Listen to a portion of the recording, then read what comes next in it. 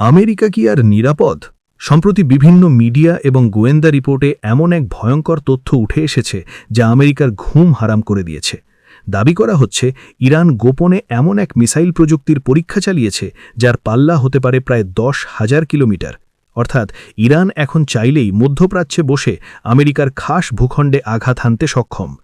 এতদিন সবাই ভাবত ইরান শুধু ইসরায়েল পর্যন্তই পৌঁছাতে পারবে, কিন্তু এই নতুন রিপোর্ট সত্যি হলে আমেরিকার নিউ ইয়র্ক বা রাজধানীও আর নিরাপদ নয়। কি আছে এই মিসাইলে, চলুন জানা যাক।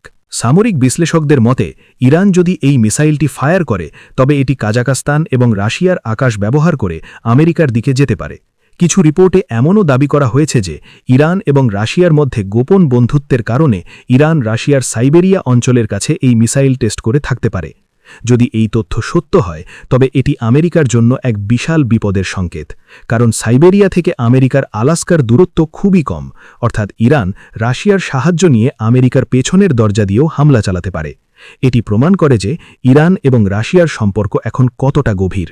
এতদিন আমেরিকা সাগরের ওপার থেকে নিরাপদে যুদ্ধ করত, কিন্তু ইরানের হাতে 10,000 কিলোমিটার রেঞ্জের মিসাইল থাকা মানে আমেরিকার সেই নিরাপত্তা দেওয়াল ভেঙে চুরমার। এর ফলও হাতে নাতে পাওয়া যাচ্ছে। সৌদি আরব বা জর্ডানের মতো দেশগুলো যারা আমেরিকার বন্ধু ছিল, তারা এখন নিজেদের দেশ বা ঘাঁটি আমেরিকাকে ব্যবহার করতে দিতে ভয় পাচ্ছে, কারণ তারা জানে ইরানের মিসাইল এখন আর খেলনা নয়।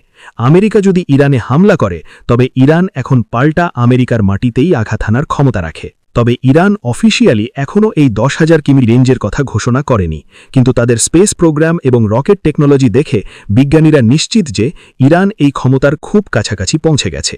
আপনার কি মনে হয়, আমেরিকা কি এই হুমকি সামলাতে পারবে নাকি ইরানের কাছে হার মেনে নেবে? কমেন্টে জানান।